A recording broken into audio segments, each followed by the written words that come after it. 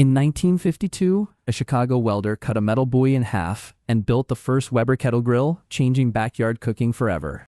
That single invention helped spark what food historians call the golden age of American barbecue, and today we are uncovering 25 forgotten recipes from that era.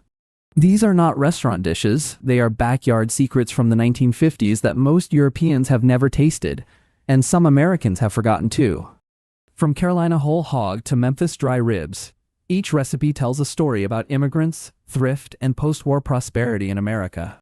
By the end of this video, you will know exactly what made these 25 dishes so different region by region, sauce by sauce. Let's start where American barbecue itself began, long before charcoal grills ever existed in a suburban backyard. Barbecue in America did not start in the 1950s. It started centuries earlier with indigenous smoking methods, West African fire cooking, and Spanish barbacoa traditions. By the time the 1950s arrived, these traditions had already split into 4 distinct regional styles across the country. Carolina used whole hog with vinegar sauce, Memphis used pork ribs and shoulder, Texas used beef brisket, and Kansas City used a sweet tomato sauce on almost everything.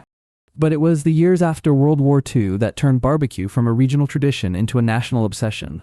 Returning soldiers moved into newly built suburbs by the millions, and with those suburbs came backyards, patios, and personal charcoal grills. Charcoal briquettes, first made popular by Henry Ford decades earlier, became cheap and easy to find, putting live fire cooking into ordinary hands. Owning a grill in your backyard became a status symbol, a visible sign that you had made it into the American middle class.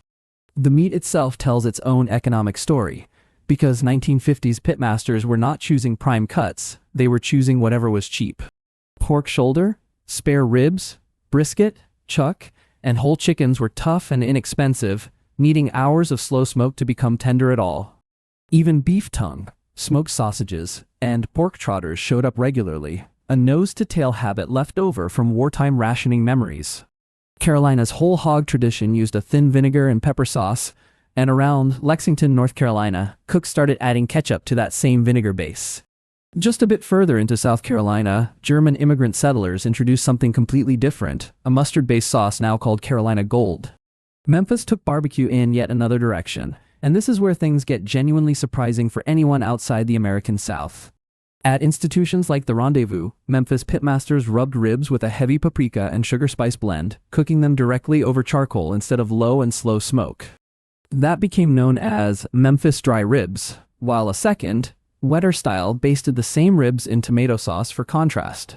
Memphis pitmasters also built pulled pork shoulder sandwiches topped with coleslaw, a dish longtime cooks still call the true original Memphis barbecue. 2 stranger Memphis creations deserve mention too: barbecue spaghetti mixing noodles with chopped pulled pork, and barbecued bologna, smoked whole and sliced. 200 miles west, Kansas City turned a throwaway cut into a delicacy that barbecue lovers now pay extra for. Henry Perry, often called the father of Kansas City barbecue, used to give away the burnt ends from his smoked brisket points for free. His restaurant later became Arthur Bryant's, and burnt ends went from scrap meat to one of the most requested items in Kansas City barbecue. Texas took barbecue in a completely different cultural direction, shaped almost entirely by German and Czech immigrant butchers. Central Texas pitmasters seasoned brisket with only salt and pepper. Combination cooks nicknamed the Dalmatian rub, smoked slowly over post oak wood. Those same German and Czech meat markets also produced smoked sausage links, known locally as hot guts, still sold in Texas barbecue joints today. Alabama contributed one of the strangest sounding sauces on this entire list, and it is still divisive to this day. At Big Bob Gibson's in Decatur, Alabama, cooks basted smoked chicken in a mayonnaise and vinegar-based white sauce instead of tomato or vinegar. Move north to Chicago, and barbecue took on an urban, industrial character built around aquarium-style smokers. Restaurants like Leon's BBQ popularized rib tips and hot links, cooked fast and served straight from the smoker window to hungry customers. Western Kentucky offered something almost nobody outside the region has heard of: smoked mutton from sheep, a tradition tied to Welsh settlers. That mutton was served with a thin, dark, Worcestershire-based sauce locals still call black dip, completely unlike any other regional style. Whole hog pig pickings remained a communal Carolina tradition where an entire pig was smoked, then pulled apart by hand for a large family gathering. Backyard cooks nationwide also smoked beef short ribs, basted in a simple tomato ketchup sauce, a staple at everyday cookouts far from any famous barbecue joint. Barbecued chicken halves, basted repeatedly in a tomato vinegar sauce over charcoal, became the centerpiece of church picnics and family reunions across the country.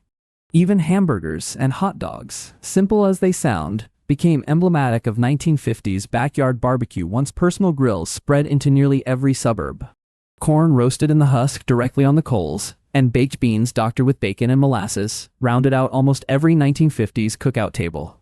Deep South cooks built their own pork shoulder tradition too, using a mustard, pepper, and molasses sauce distinct from anything found in the Carolinas. Now here is where the list stops sounding like the American South you already know, and starts sounding like an entirely different country. California's Santa Maria region smoked tri-tip over red oak with nothing more than salt, pepper, and garlic, a style still fiercely defended today. Hawaii's Kalua pig was pit-cooked, wrapped in banana leaves, an indigenous technique that existed alongside mainland barbecue traditions rather than descending from them. The Pacific Northwest folded in native-influenced smoked salmon, a technique regional food writers eventually grouped under the same broad barbecue umbrella. Perhaps the most unexpected entry on this entire list comes from the Mississippi Delta, and it involves neither pork nor beef alone. Mexican laborers who arrived in the Delta in the early 20th century brought spiced meat and cornmeal tamales, which locals absorbed into their own barbecue culture as Delta barbecue tamales. In 1964, President Lyndon B. Johnson hosted a barbecue at the White House and served smoked brisket to visiting international dignitaries. Food historians point to that single event as the moment backyard American barbecue became a symbol of national identity recognized abroad. Alabama's barbecue history carries weight beyond flavor too, since Birmingham barbecue restaurants became sites of both community pride and, at times, racial exclusion during the civil rights era. Every sauce style on this list traces back to a specific group of people, not a marketing decision made in a corporate kitchen. German settlers gave South Carolina its mustard sauce, Czech and German butchers gave Texas its meat markets, and Welsh settlers gave Kentucky its mutton tradition. That is really why this food resonates outside America, because it was never fine dining, it was resourceful cooking built from tough, cheap cuts. Tough meat, patience, and wood smoke turned into celebratory food for church picnics, family reunions, and entire neighborhoods gathered around one smoker. 25 recipes, 4 regions, and dozens of immigrant communities, all fed into what most people just call American barbecue. So which one of these 25 dishes would actually surprise you the most if you saw it on a plate today?